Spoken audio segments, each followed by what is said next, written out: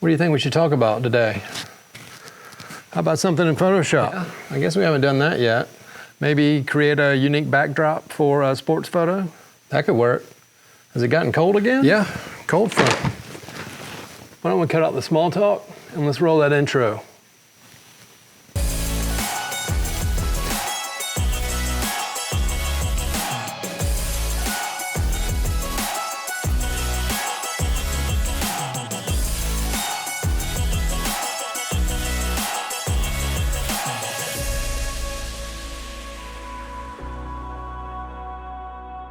Okay, so let's pop the top on the Photoshop retouching end of things with what I believe will be my first little tutorial on this channel. As we mentioned at the beginning of the video, I thought I would show a technique I use to create custom backgrounds from scratch. You can also use it to modify or adjust any background or even the foreground. Just a quick note regarding my Photoshop workflow, I also always use a Wacom tablet. There's a bit of a learning curve when you first use one, but once you get used to it, there's just no turning back. Also, another quick tip I found is that bigger does not always mean better with these. Once you get past the fine adjustment bonus that comes with a little bit of a larger size, it just means you have to move your arm further. Okay, so back to creating a custom backdrop. A super cool thing we can do that really brings the custom to this is to create our own brush. There are a million ways you can do this, but for this example, I thought we could use a cloud. Well, how do you do this? Well, you can always Google an image, but to make it completely unique, you can go outside and take a picture of one, if the weather's cooperating. Or you can also take pictures of partly cloudy skies in advance and use them later. I'll also add, taking images of skies is always beneficial since you never know when you might need one for an image in the future. All right, so let's jump into it. I'll show you how we can make a custom brush from a cloud picture that we just took, and we'll use that brush to create a custom backdrop. All right, so I just stepped outside the door of my studio and was able to grab multiple images of clouds. That's basically perfect conditions to do what we were looking to do. A cloud with plenty of blue sky around them. So I grabbed this one here and brought it over into Photoshop. So we have this somewhat isolated, and what we want to do is increase the contrast from the sky to the cloud so we can create this into a brush. So let's go under here. I'm not worried about non-destructive or destructive editing, so we're going to go straight here into black and white on this file and bring the blues all the way down, which is going to darken that sky. And we can do somewhat similar with the cyan.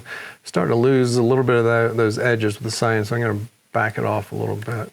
And y'all bear with me, this is the first time I've ever recorded myself Photoshop, so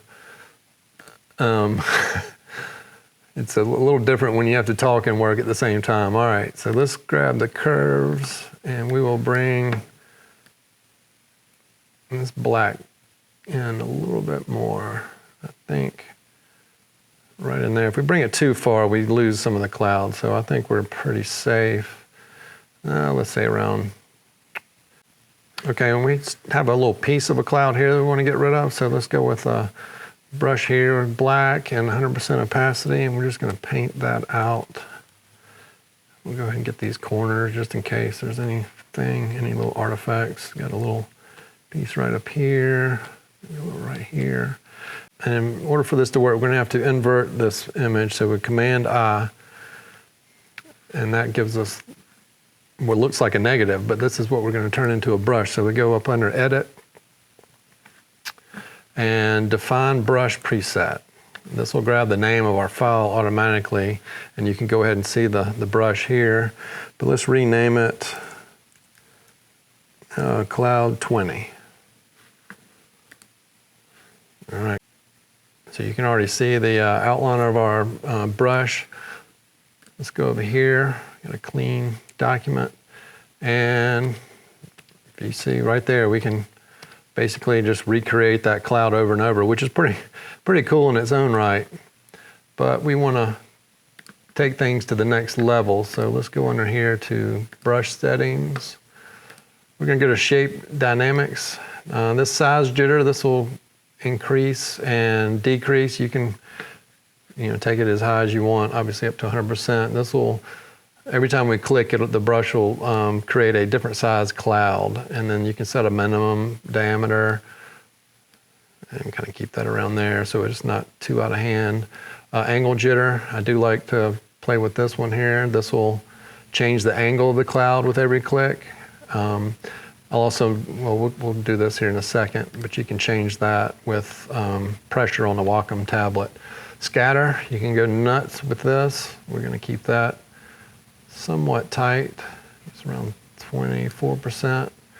You have some texture, color stuff you can do, but we're going to just work with a transfer here, which will give us opacity jitter. So you can kind of see in that box right here, this opacity jitter.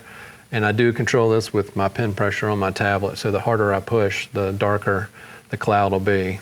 And let's get over here and I can show you right away. So you can kind of see how the cloud is spinning around with every time we bring it up and down. That's lightly pushed. I can really get down on the pen. You can see how dark it comes out. So it gives you a lot of control for what we're looking to do.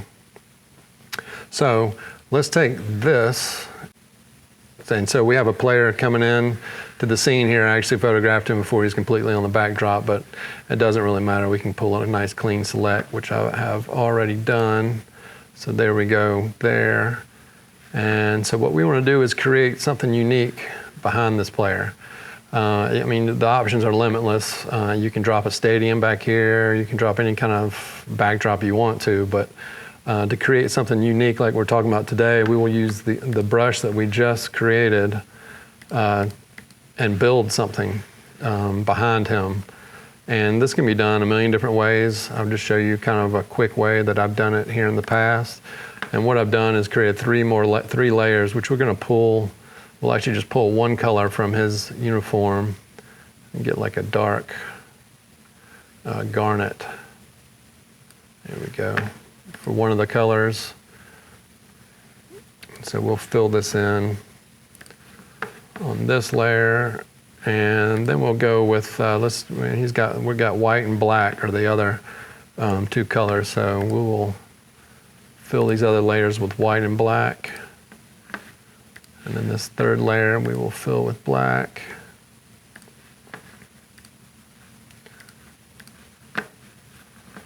All right, and so what we're going to do here is create layer mask, which we are then going to invert for each of these. And so we're going to use these layer masks in this brush that we just created to reveal the different colors from each layer. So this one is the garnet color here. Using white, we will reveal some of that garnet, and the trick is here to build it up slowly. So I'm at 10% opacity. You can kind of see it starting to show.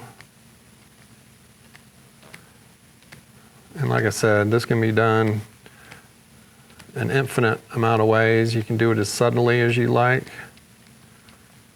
or you can bring it way out.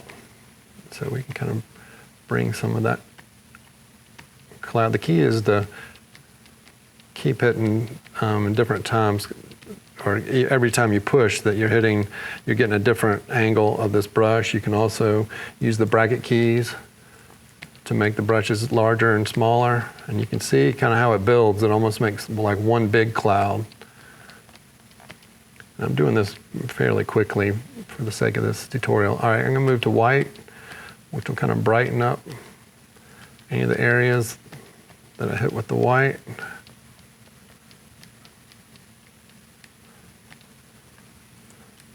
Let me go up here to the top. So you can see if I lightly touch it, it kind of barely comes in, and then if I really push it down, I'm getting more and more white. And then let's move over here and let's introduce some black. And the black we might bring on top, actually. Yeah, let's bring that layer up here. So that's going to be on top of these other colors. So that adds even more dimension. And then you can see these edges of these brushes, and to counter that, we can just go up here and throw a blur on the mask itself. So we're on that mask, we find an edge, you can see it in here. I'm gonna go with 10 pixel blur, and we'll blur all these. And what's cool is you can blur some, and then you can stack another layer and bring some more brush strokes in and strategically place those where you would like to see more definition. Let's bring a couple layers on top of the player. So let's go up here, edit fill. Let's go with the white for this first one. It's so bright, let's get that off of the screen. We'll invert that, and then this layer we will bring that garnet back in. There we go. Command I. So what this can do for us is, we're going to start with white, and we'll bring this up top.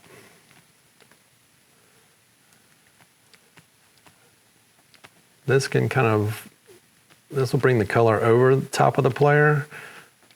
So it really makes the backdrop look a little more natural, if you ask me. We'll kind of bring this over here. This might be a little too much. Don't want to get on his face, and here's with the color. Lower the size of this brush, bring it over here.